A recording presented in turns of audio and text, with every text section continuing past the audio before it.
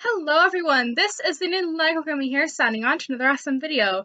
Now, obviously this is a different setting than another episode of Okami, and I know I'm behind on Okami, and I really apologize for that. A lot of stuff has happened recently.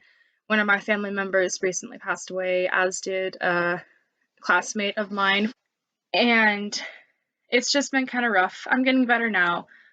And today is kind of a special day.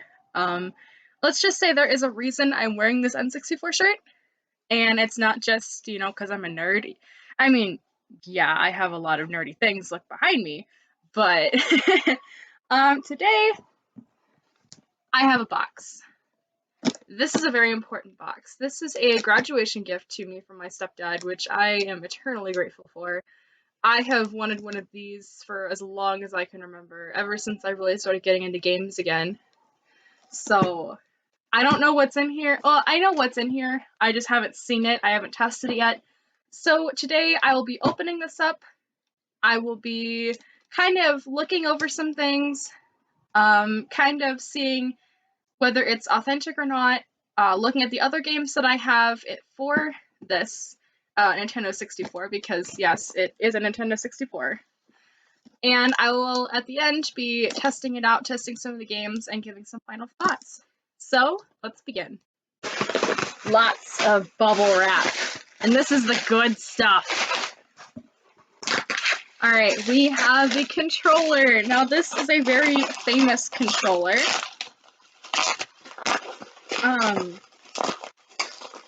Some people love it, some people hate it. Personally, I love the design.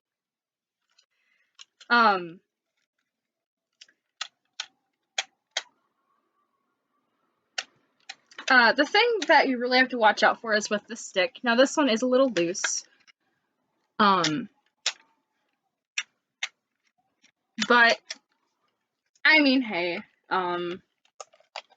it's my first controller, that's fine. But when I shake it, I mean, it moves around a lot, but I mean, that's fine. I'd probably rate this probably a 6 or 7 out of 10 at best. But that's okay. I can definitely get more. And overall, it's pretty clean for the most part. The stick, again, is a little dirty, but that's fine.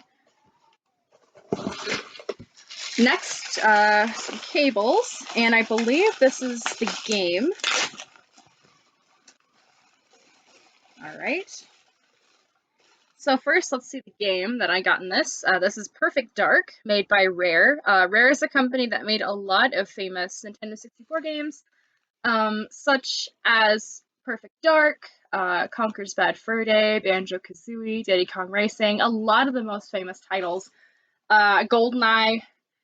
However, I cannot play this game as I do not have an expansion pack, but that's okay. And granted, there's some Sharpie on the back, but that I can remove that. And I will discuss that later in the video, how to remove things like Sharpie off of cartridges. I think this is third party, but I mean, that's not a big deal, as long as it is the right kind.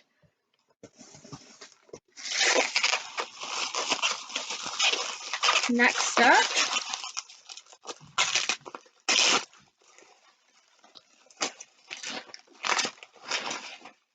this is the power supply, and from the looks of it, this is first party. Hard to show. I almost had it. It does say Nintendo, though, so this is first party. And something I like about this is that you don't have the brick in the middle of the cable. The brick is like right up against the console, so you're not tripping over it, unplugging it on accident. Like, this was a really good design.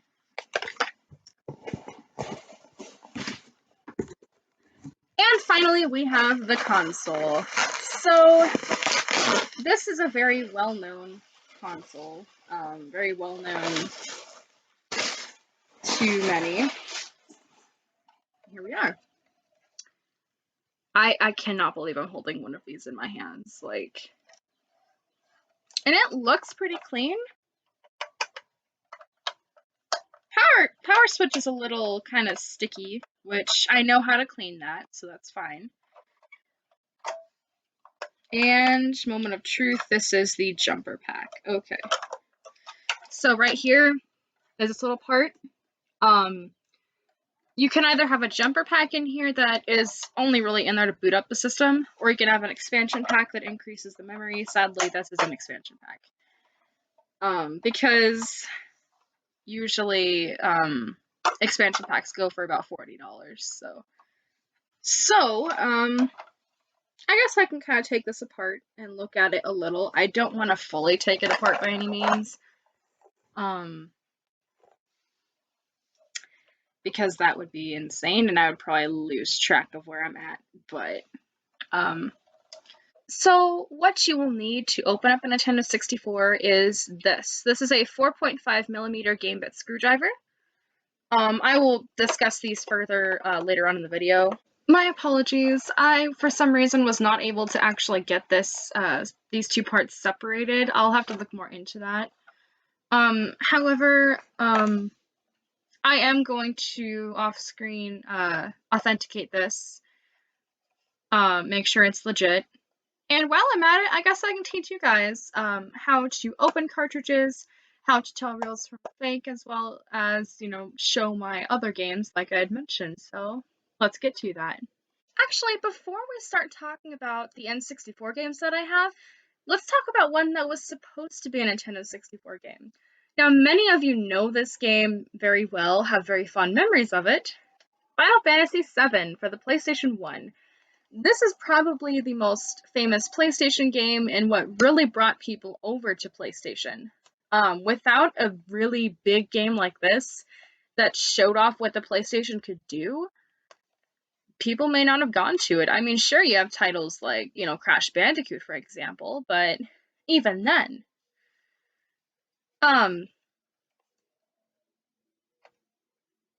This was originally supposed to be a Nintendo 64 game, though. Because Squaresoft was originally a Nintendo exclusive company with Final Fantasies 1 through 6, or 1, 2, and 3 in America, being on Nintendo consoles. And Final Fantasy VII was originally supposed to be the same way, which it would be kind of interesting seeing Final Fantasy VII on a Nintendo 64 cartridge. However, there were a lot of limitations with the Nintendo 64 being cartridge-based. There was a lot of memory limits, and with Final Fantasy VII being such a big game, there was no way that you could fit it on 1 or even 3 cartridges. However, CDs not only have more memory on, you know, each individual one, they are also a lot cheaper to mass produce. So Square pretty much knew at that point they had to make this rather than a cartridge. I just thought that was kind of interesting. With me being a Final Fantasy fan and with me being a Nintendo fan as well, it kind of interrelates the two and creates for kind of an interesting story. So with that being said, let us actually get to my Nintendo 64 games. Now, this console is home to some of the most famous games of all time, especially in the Nintendo library. My bundle did come with Perfect Dark. However, I did pick up some other titles for this video and just starting out my collection. My goal is to have a complete Nintendo 64 North American library, all 296 games, and I would also like to get one Japanese title, Neon Genesis Evangelion. So, without further ado, let's start looking at the games.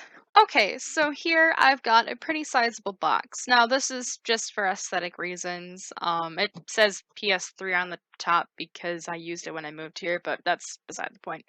So, in total, besides Perfect Dark, which came with the N64 bundle, I have 7 games.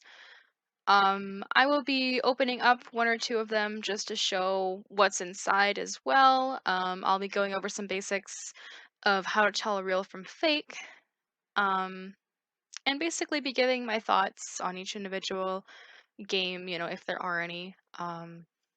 Because a lot of these are just cheap kind of fillers, you know, for starting out a collection, getting those numbers up, sports games primarily. But regardless, let us begin. First up, we have a copy of Pokemon Puzzle League. Now, this is Tetris Attack, but Pokemon branded, which is kind of unusual. Most of the time, when people think of kind of an unusual Pokemon game, they might think of Pokemon Snap, which is also for the N64. However, this one's actually $5 to $10 cheaper on average, and overall, I just thought this one would be a lot more fun than Snap, which I know I'm gonna have Pokemon Snap fans getting mad at me, but that's their thing. Um, I played a little bit of Tetris growing up, and I've played Match 3 games, things like that, and overall, it just seemed like a game where I could waste 2 or 3 hours easy. Um, and it's gonna be probably the main one I'll be able to play because while I do have Perfect Dark, I don't have an expansion pack, which means I am not able to play the single player mode and most of the multiplayer mode. And even then, I only have one controller. So I can't really do anything with Perfect Dark unless there's a demo. So, okay. So, looking down here, we have my copy of Pokemon Puzzle League.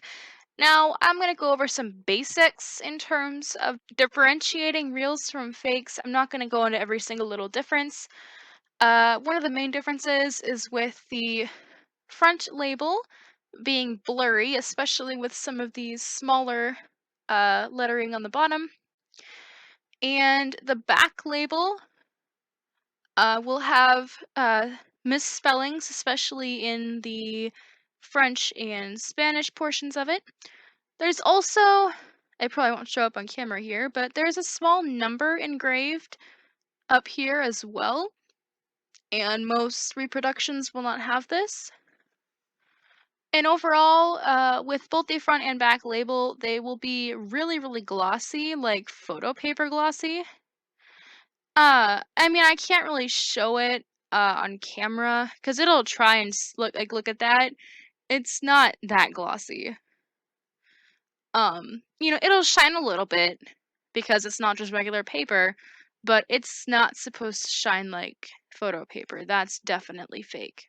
So now that we have the back kind of shown here, I will be opening up the cartridge and showing you what the inside looks like.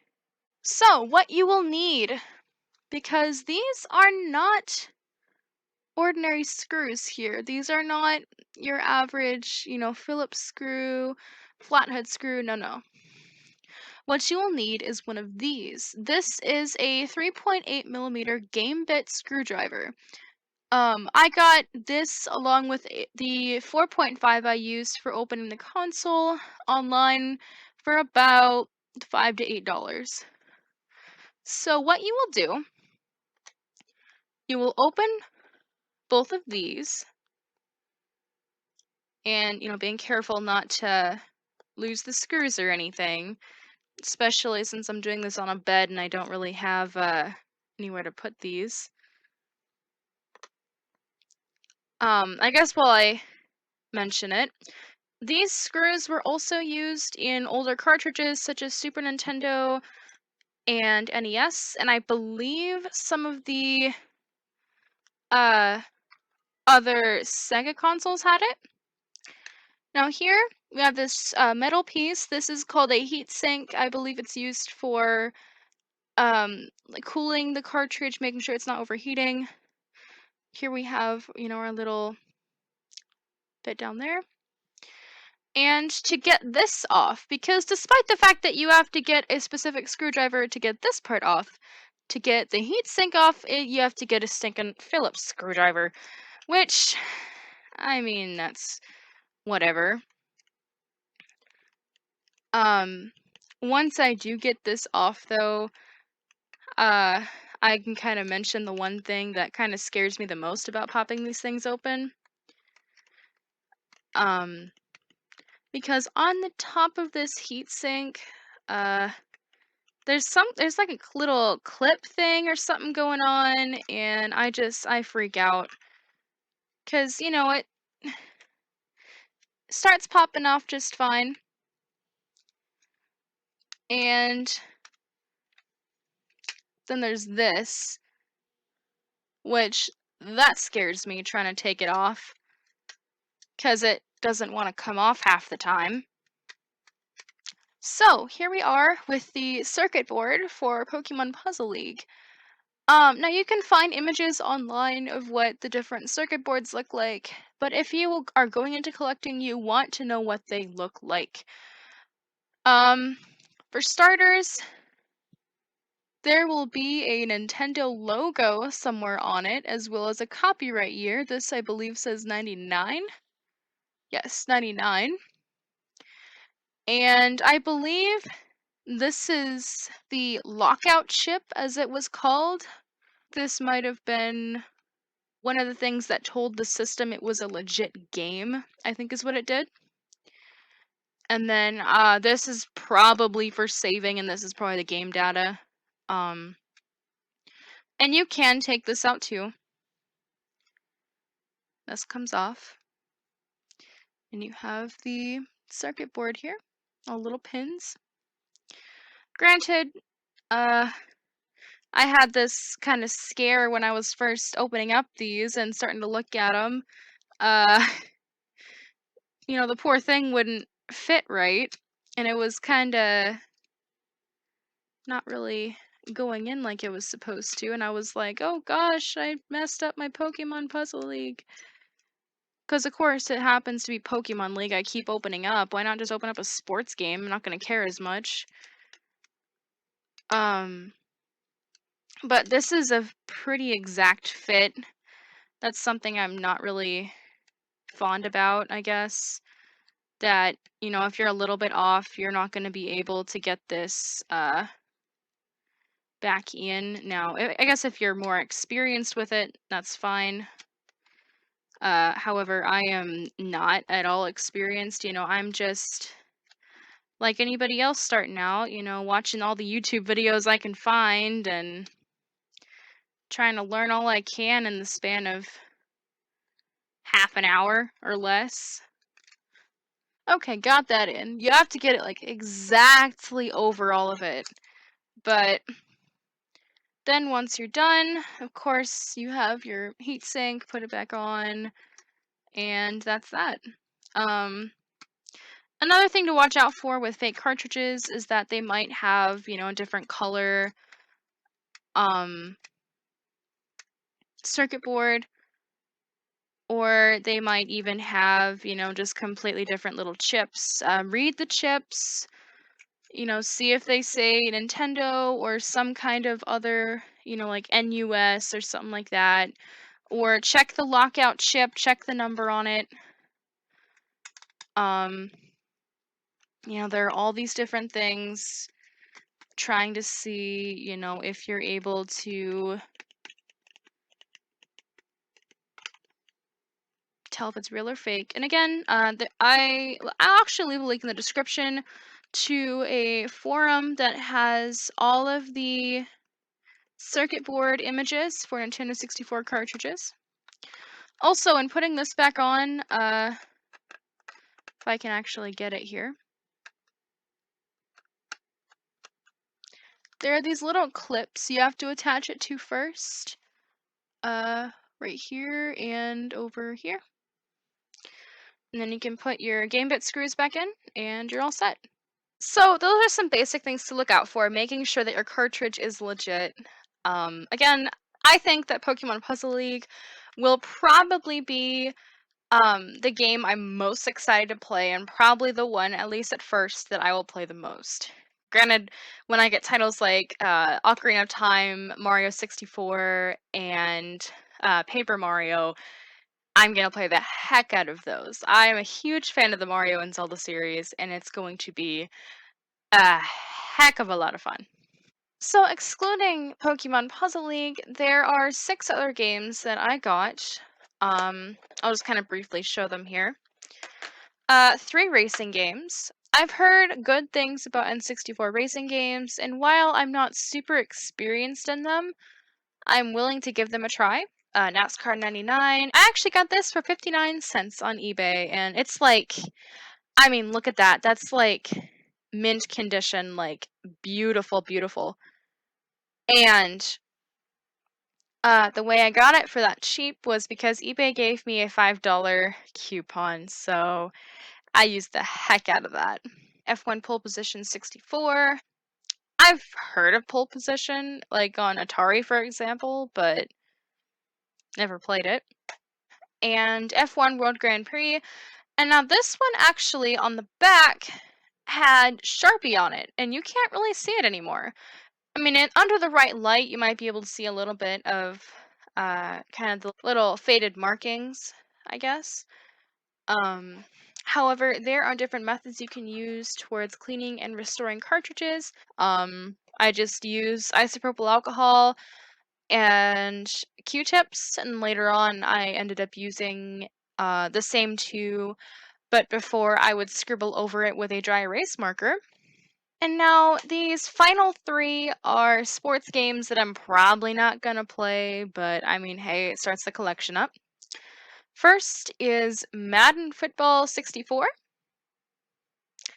And then I have NFL Quarterback Club 2000 and NBA Live 99. So now that I've shown all my games, I've opened up a cartridge and shown you inside, and I've also told you how to tell real cartridges from fake cartridges. Let's finally put some of these bad boys in this console and see if it all works. Now, I was able to actually open the console, as you can see by these pictures. Part of that was because I legitimately had to. I couldn't hook up the N64 initially to either of the TVs in my house, and I was starting to get a little worried. So I kind of looked at it, and it's really dusty on the inside, like suspiciously dusty. And I think there's some weird kind of sticker residue or something on the circuit board itself, which is kind of unusual. But as you can see, I was able to get my games to work through a kind of weird component setup, and I just quickly did the easy mode little puzzle league in Pokemon Puzzle League.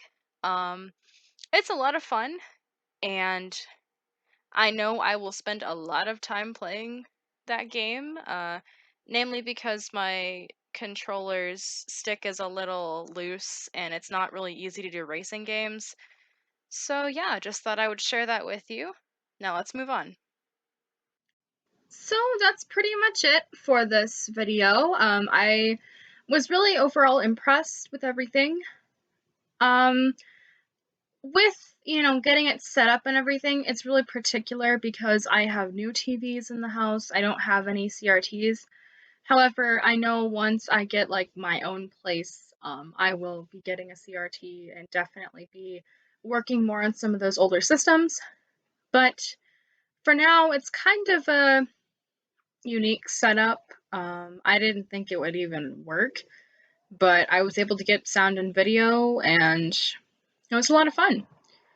So, again, thank you to my stepdad who got the Nintendo 64 console bundle for me.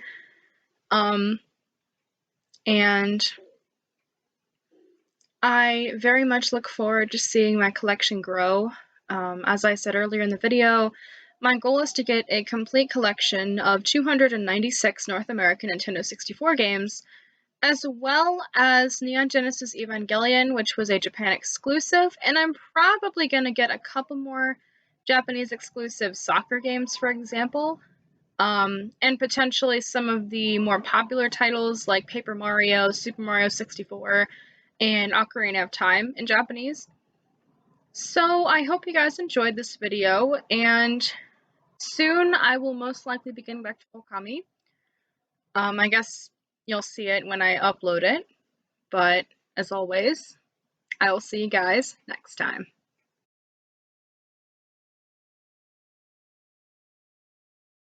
Oh, right.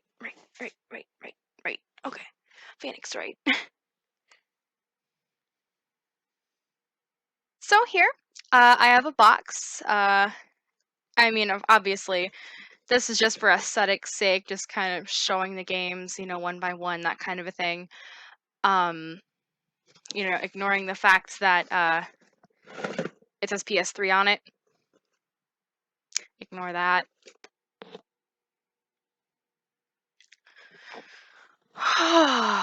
Okay. I don't want to do that again. Arm hurts. Ooh, don't. Okay.